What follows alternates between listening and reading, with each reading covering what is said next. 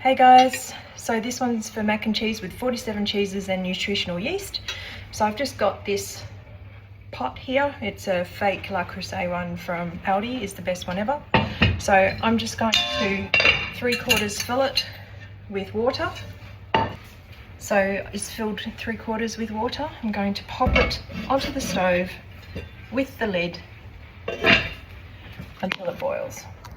While that's boiling, I'm also going to fry up some hamburger patties. So I've found out maybe about a year ago that if you do minced beef or minced whatever you have into patties, fry them up, and then you put them in gravy, it's called Salisbury steak.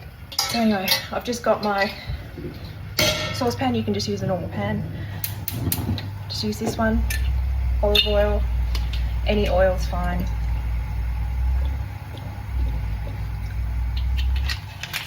And because we're cooking the meat, we want to have a reasonably generous coating. So again, we just make sure that we try and coat it as much as we can.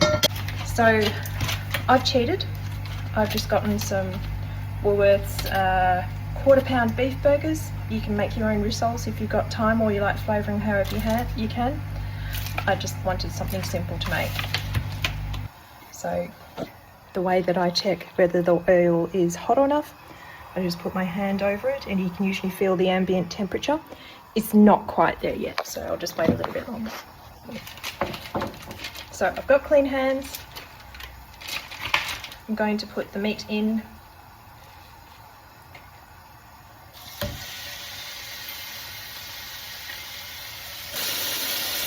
Now, I know some people only turn it like twice, maybe once. I am never sure when it's fully cooked. Generally I wait for the juice to start to come up through the meat, and then I turn it, and I do the same thing.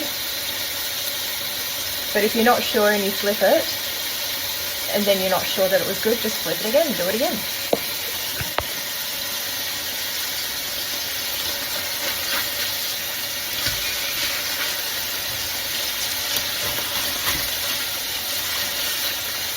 So when you're trying to flip them and they're not quite coming away, leave it for a little bit longer.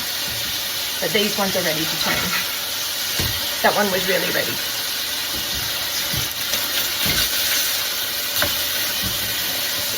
So you can actually see now the meat is starting to cook and get that lovely browning on it.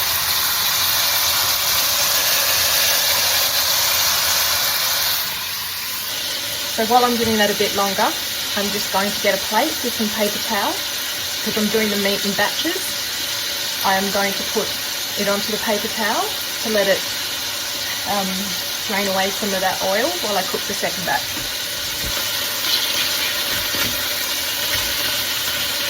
So these ones are ready to turn because the juices are starting to come up.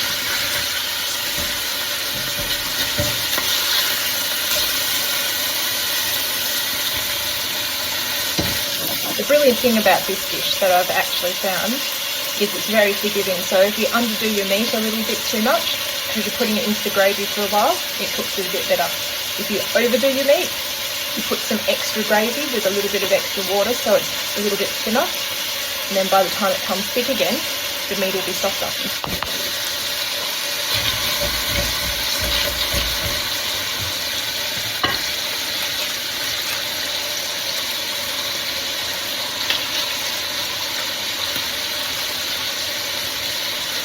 So I'm going to start taking out that first batch of meat.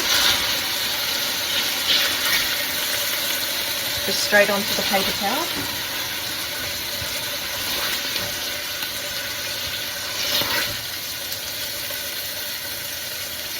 And then put the second lot on.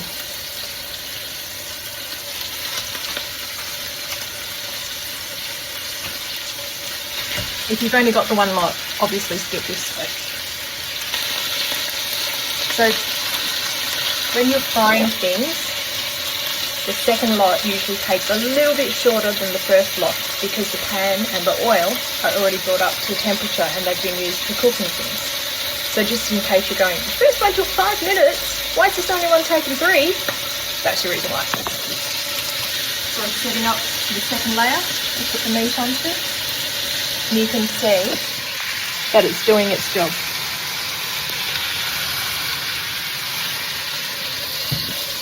The meat is starting to have little bits of the juice coming up. You can have a look.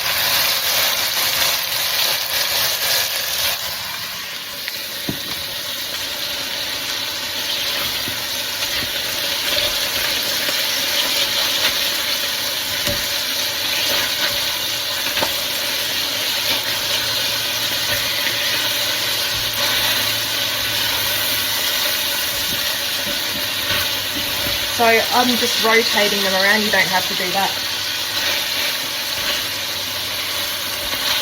Because with the pans, with the burner underneath, certain spots get hotter. And if you notice where it's hotter and one of them's not as cooked as the others, rotate it. Now, I'm just going to go and check it on the top. It'll be very hot, so I've got my... Yep, it's boiling.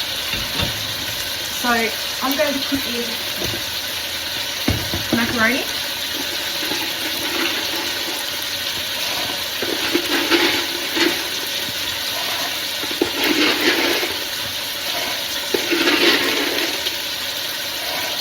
So that's about 2 cups of macaroni. That's a half cup that I've got in the container.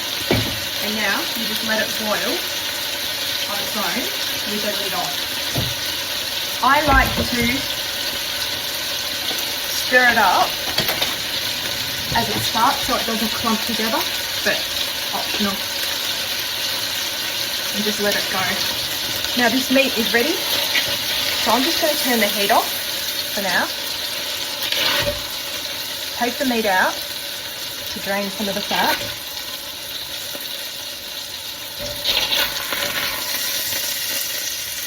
And then get ready to make my gravy. Now, gravy, you can be super lazy and use gravy powder, which I do a lot, or you can make it from scratch. So I am going to use gravy powder today. So to do that, you need to get your kettle, put some water in there and boil it up because it gets a jump on the process. And then you get your gravy powder. So easy decision. The only gravy powder I've got is the IKEA meatball ones. So we've got 4 packs of it. You don't need that much, but I'm just going to use that much for this. So you can use oil or butter. Butter is better because it's got a higher fat content, but because we cooked the meat in it and it's already got fat in it, that'll have the same effect.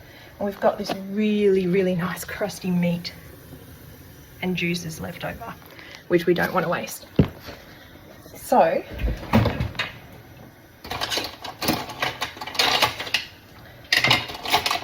wooden spoon, because I cannot find the whisk, which is fine, we'll deal with it. And you turn the heat back on.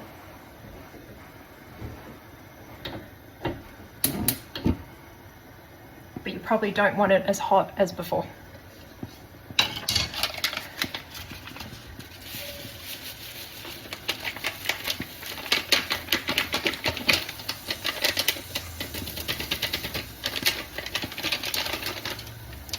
I'm going to start off with 2 packs and move it around. Now you want the gravy to become clumpy and oily. So it's like little Play-Doh balls. Once you're doing that and it's saturated with the oil, that's when you come in with your water. You can use stock if you want, but I'm just going to use water because we'll be adding some milk in. You could also use your pasta water if you wanted. The important thing is to keep moving it around.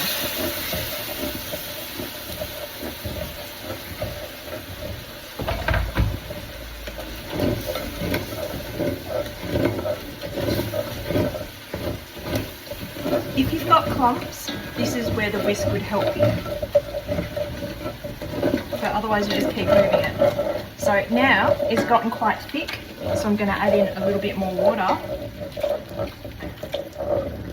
And leave it for a few seconds while I grab the milk, which I should have gotten out before. So the instructions are on the IKEA pack for how much milk you should add in. I tend to go by the colour. and you just keep mixing. I don't want to give you an exact amount because you eyeball it. If there's still lumps and there's still quite thickness to it, add some more water or milk. You just need to, you want the solution to be saturated, but if it's not, I don't know what I'm saying, you just keep stirring.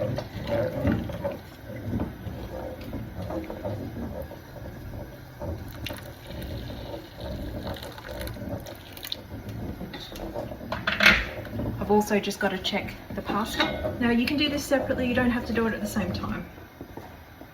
Pasta's good. It's going well.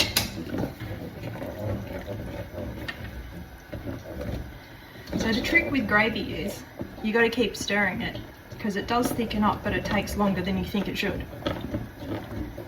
So for the amount of meat that I have, this won't be enough gravy. So once I've got this going, I'm going to add in the other 2 packs and add in some more water and add in some more milk.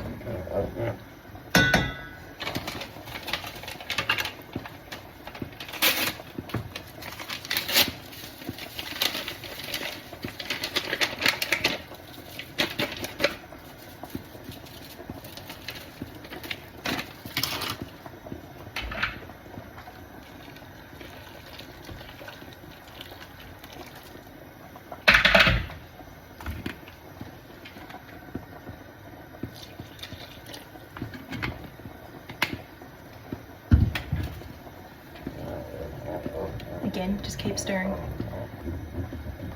If you get desperate and you don't want the lumps, you can put it through a strainer and then put it back in the pan, but I'm lazy.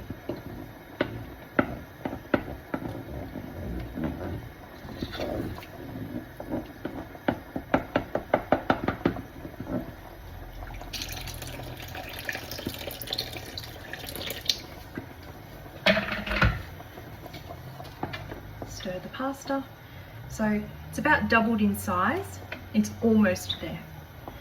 So I'm looking at the colour of the gravy and is a little bit brown compared to what they recommend on the pack. So I'm going to add a little bit more milk in.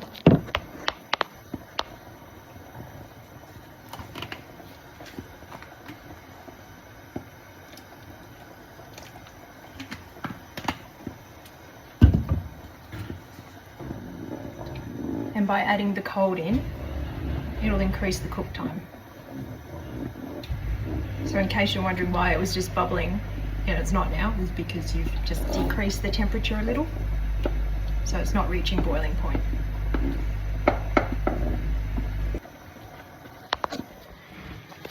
Okay, we got bubbles and it looks like a brain.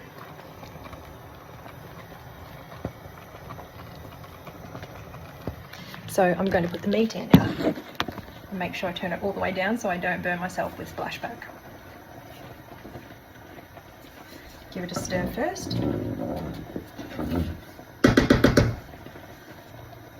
Alright, so my pan's a little bit too small to have all 8, but I'm just going to put it in there and use my wooden spoon to shift it around. So it's covered quite well now. We want to keep it on low and just let it cook away there for a little while.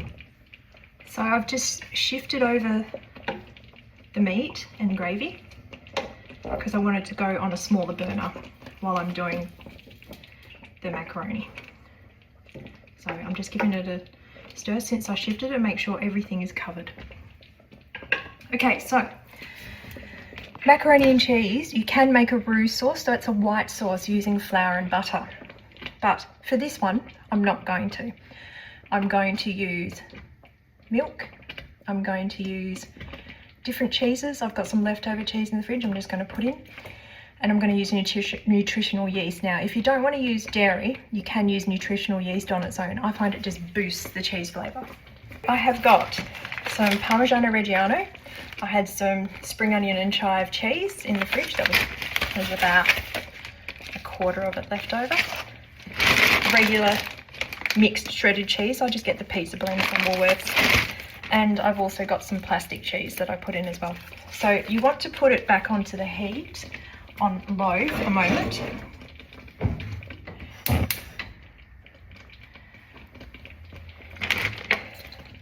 I use garlic salt in everything. So I put some garlic salt in. I put in onion powder because it boosts the flavour again. So it was probably about 4 shakes of garlic salt, 3 of onion powder. A good crack of salt and pepper. This is a mixed salt and pepper. So that's about 5. And secret ingredient, chicken stock. You don't want much, but you just want to give it a little boost. So that's maybe 1/4 of a lid.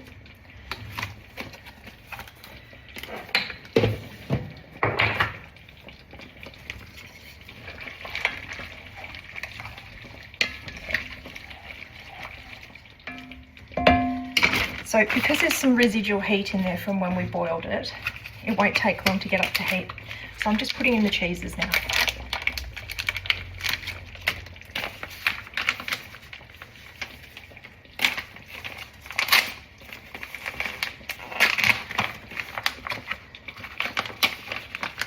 It's probably about 1/4 of a handful of Parmigiano Reggiano.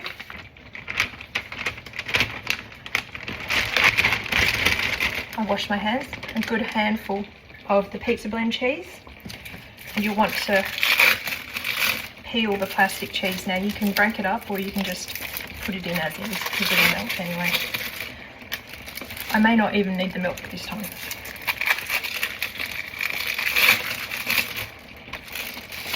So that's 4 slices.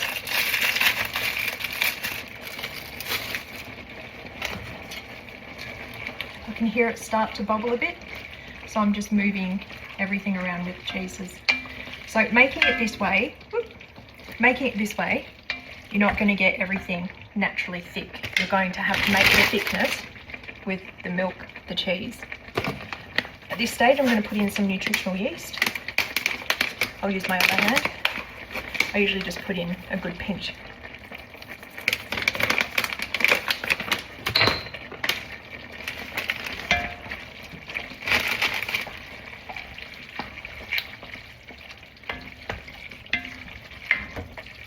Keep losing all the macaroni.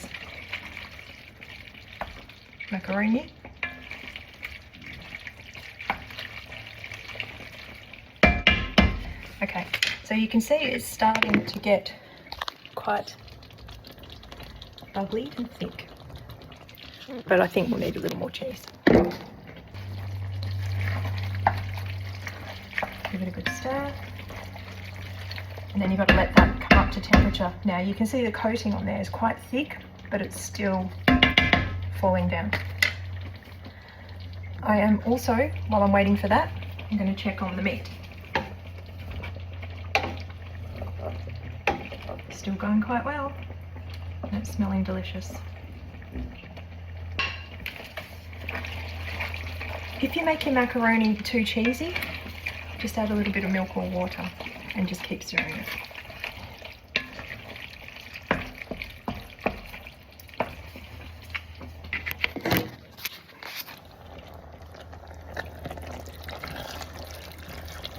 So it's thickening up quite a bit.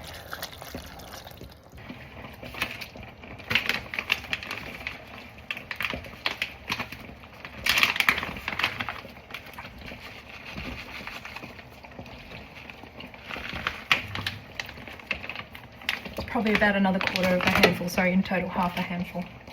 We just want it to get a little bit thicker. So we're just going to let it cook for a little bit longer and then it's all done. I'm going to turn the meat off now.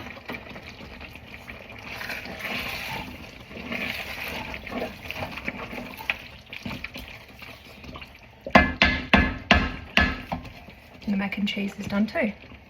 Just want to show you mac and cheese. Oops, no, apparently that's the meat and that's the mac and cheese. Alright, good luck guys.